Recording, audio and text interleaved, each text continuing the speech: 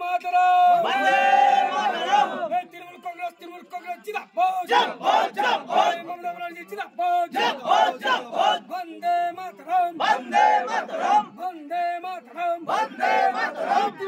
तृणमूल कांग्रेस जिंदाबाद ममता बनर्जी जिंदाबाद बंदोबस्ताय जिंदाबाद वंदे मातरम तृणमूल कांग्रेस ममता बनर्जी আমরা মমতা ব্যানার্জির উন্নয়ন দেখে এবং আমাদের যে মমতা ব্যানার্জি উন্নয়ন করেছেন তার জন্য আমরা আজ তৃণমূল কংগ্রেসে 100 জন তৃণমূল কংগ্রেসে যোগদান করলাম বিজেপি ছেড়ে।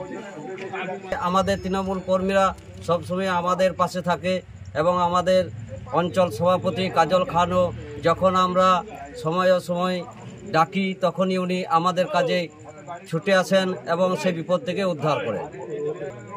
এর জন্য আমরা আজ 100 জন তৃণমূল কংগ্রেসে বিজেপি ছেড়ে তৃণমূল কংগ্রেসে জয়েন করলাম।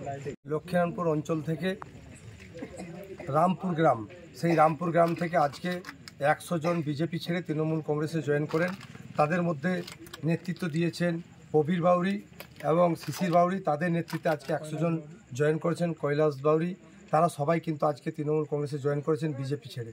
কারণ তারা একটাই কথা বললেন যে বিজেপিতে এতদিন থাকলাম, তাদের কাছে কোনো সুযোগ সুবিধা পায়নি।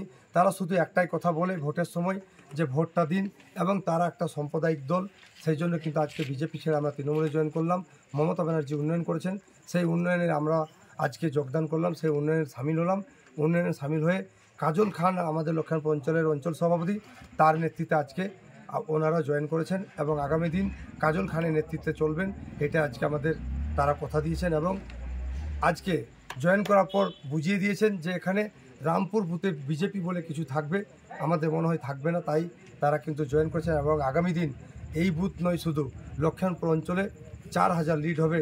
এটা বিরোধীরা দেখবে এবং অবাক হয়ে যাবেন, এটা আমি কথা দিতে পারি।